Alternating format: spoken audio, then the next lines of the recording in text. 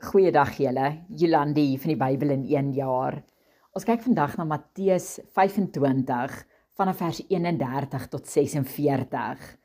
En in vandag se lees kyk ons na die laaste gedeelte van Jesus se antwoord aan sy disippels na aanleiding van hulle vraag in Matteus 24 vers 3.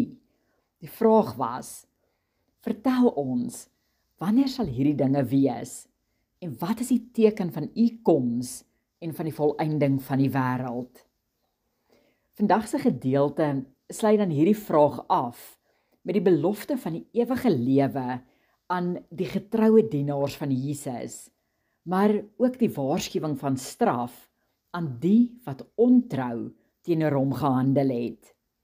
Maar voor ons verder lees, is dit belangrik om onderskeid te tref tussen die 3 verskillende oordeele waarvan ons in die skrif lees. Die eerste oordeel is die Bema-troon oordeel, soos ons lees in 2 Korintiërs 5 vers 10. Tydens die wegraping sal Jesus die gelowiges kom haal, die wat nog leef, as ook die wat reeds ontslaap het, soos ons lees in 1 Tessalonisense 4 vers 16. En elke gelowige sal die voorreg hê om reeds hulle beloning te ontvang. So, alhoewel dit 'n oordeel genoem word, is dit nie gekoppel aan enige negatiewe gebeurtenis nie.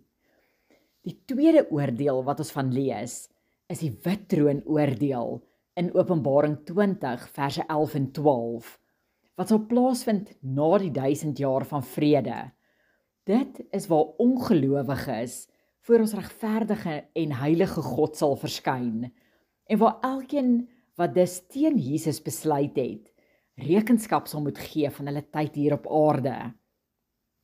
Genadiglik het Jesus reeds die prys betaal vir elke gelowige, en daarom hoef geen gelowige in vrees te leef oor die wit troon oordeel nie.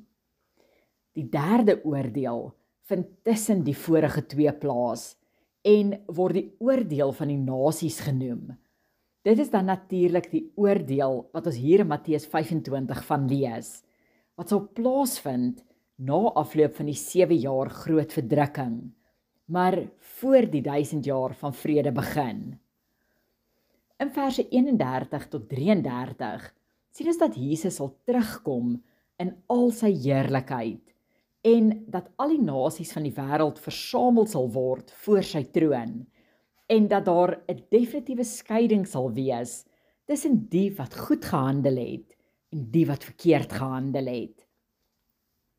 Verse 34 tot 40 brei uit op die beloning van diegene aan die koning se regterhand, die wat reg gehandel het, en die beloning is dat hulle die Vader se koninkryk gaan beerwe. Verse 41 tot 46 gaan oor die oordeel en veroordeling van diegene aan die koning se linkerhand, die wat verkeerd gehandel het. Die oortreding van die vervloektes gaan nie so seer oor die verkeerde dinge doen nie, maar eerder oor hulle versuim om die regte dinge te doen. Want om eenvoudig niks in die lewe te doen nie, beteken dat ons ook niks vir die koninkryk beteken nie. En om niks vir die koninkryk te beteken nie, is net so goed as rebellie teen Jesus. En daarom is die antwoord om nie net agteroor te sit en te dink ons het dit gemaak in die lewe nie, maar om bruikbare vaartuie te wees in die hand van ons Vader. Want soos ons uit hierdie gedeelte kan sien, was die skeidslyn eenvoudig een van bruikbaarheid in die eenvoudige dinge, soos daar wees vir mense, teenoor niks doen nie, en ander se behoeftes ignoreer. So mag ons elkeen vandag kies om beskikbaar sowel as diensbaar te wees. Maak nie saak waar die Here ons roep nie. Kom ons kies om bruikbare instrumente in ons Vader se hand te wees. Mag julle elkeen 'n geseënde dag hê. Totsiens.